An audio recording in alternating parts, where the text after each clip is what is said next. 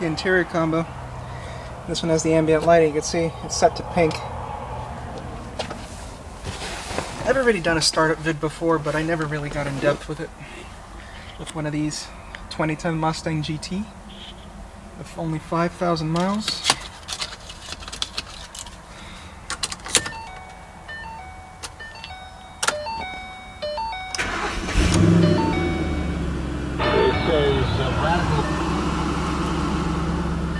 I always like the interior combo. This dark brown color mixed with the black and the metallic accents. Interior steering wheel. I liked how it's nice and thick and leather wrapped. The dashboard is also soft to the touch. It's very soft right there. This trim and this section over here, it's also soft. This section on the door panel, this is hard and cheapy feeling. Though they brought down the nice padding here, and this is a little bit soft. Hard, but kinda. That's a bit cheap there. And I always used to think that when they deleted the armrest, the softer armrest they had in the older years, I thought that this was going to be something hard, but this is actually quite soft. It's almost like gel. So it's actually not so bad to rest your arm there. And that opens up. You have a USB, aux, and power, and a coin holder.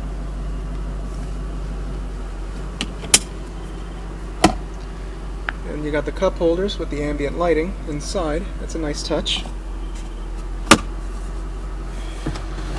This one has the old 5-speed auto.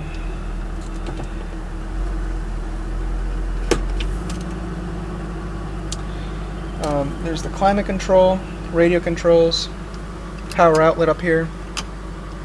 Kind of an odd place, but it's there.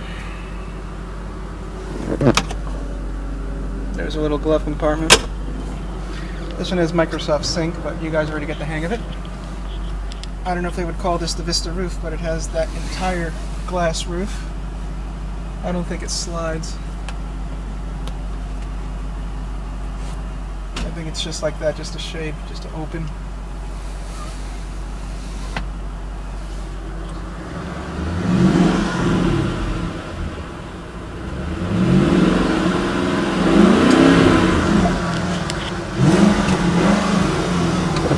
Alright, let's take a look and then do the hood. Let me see if I can pop the trunk this way. Sweet.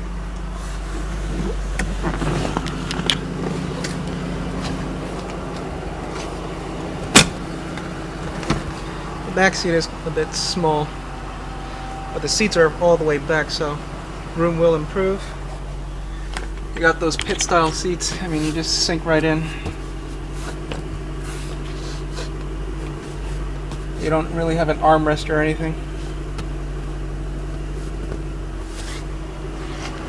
It's a two-door car, so usually it's only 2 passengers that ride here.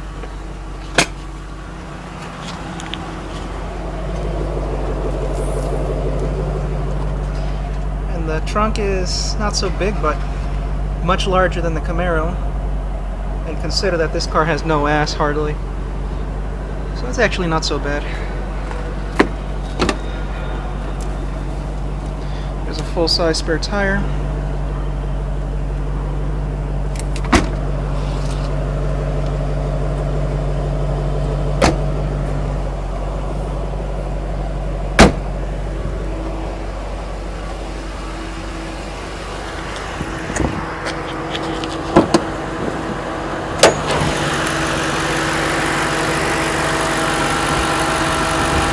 This is a 4.6 V8. 315 horsepower, I could be mistaken, but it's somewhere around there.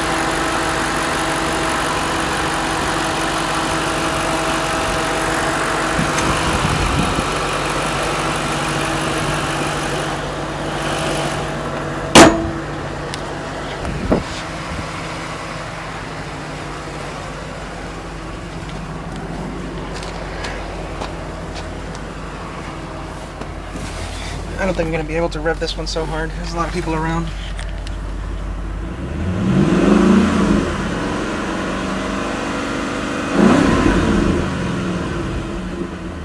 I've already done a startup and rev video of these, but I never got to do the exhaust, so I'll prioritize the exhaust a little bit better.